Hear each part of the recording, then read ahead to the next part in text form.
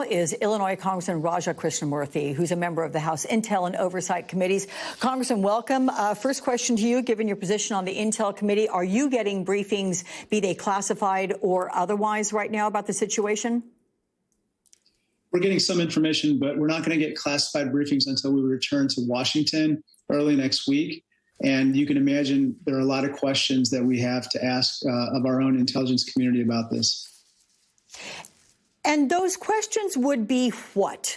What is it that I guess I'm going to ask this question. You heard Ralph Sanchez say that it was a lack of imagination on behalf of the Israeli intelligence or defense forces to conceive of what has happened to them today. You know, somewhat rudimentary, right, by association when you think about the military capabilities of Israel.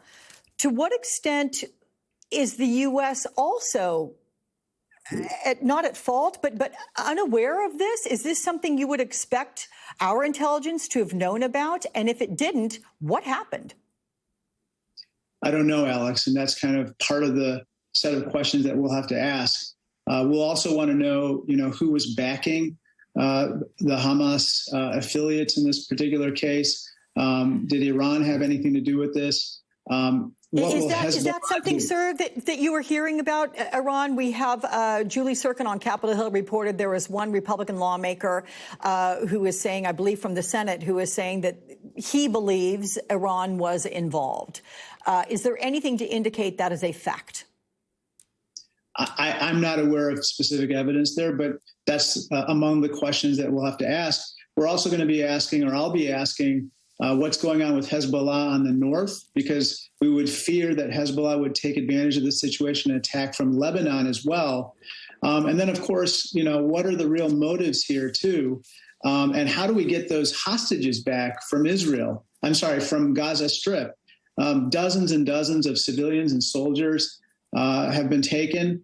Some people say that what was really going on here was an effort to destroy any chance of peace, because there's peace talks happening right now, or discussions between Israel, the United States, Saudi Arabia, and others, as well as Palestinians with regard to future arrangements. And, of course, Hamas and terrorists don't want anything like that to happen. And so that's part of the issue as well.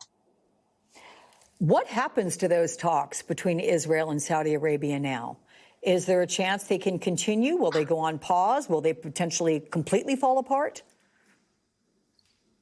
I hope the last thing that you said doesn't happen.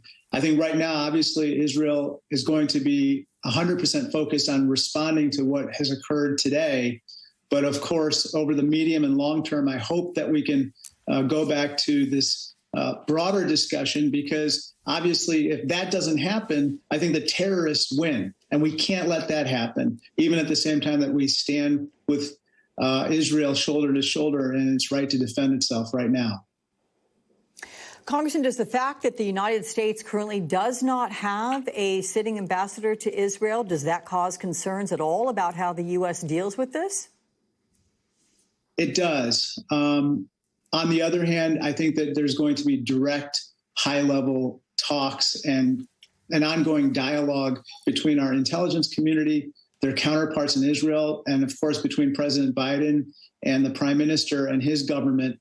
But long-term, we need to have a presence there. We need to have an ambassador in Israel. We can't have that person held up by extraneous matters in the Senate, because, as you can tell, that person is extremely important in helping us with various efforts in Israel and, of course, dealing with terrorists and trying to engineer peace long term. How do you, I will say at this very preliminary stage, sir, how do you envision the U.S. role to play out right now?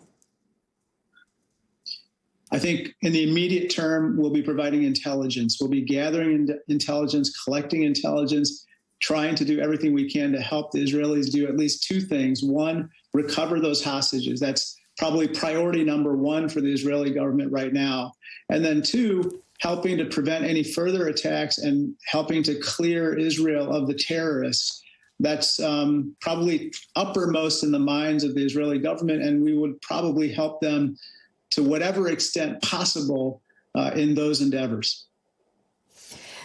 One last question. Would you expect the United States to be involved in any physical way with helping that recovery, be it providing support, militarily, equipment, or even further? I don't think that we would actually have a direct role in the combat.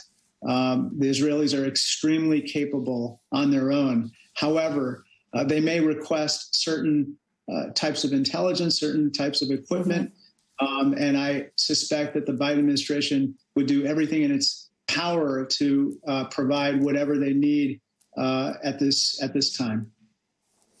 All right, Illinois Congressman Raja Krishnamoorthi, our friend, thank you so much for joining me, sir, on this very important news day. Coming up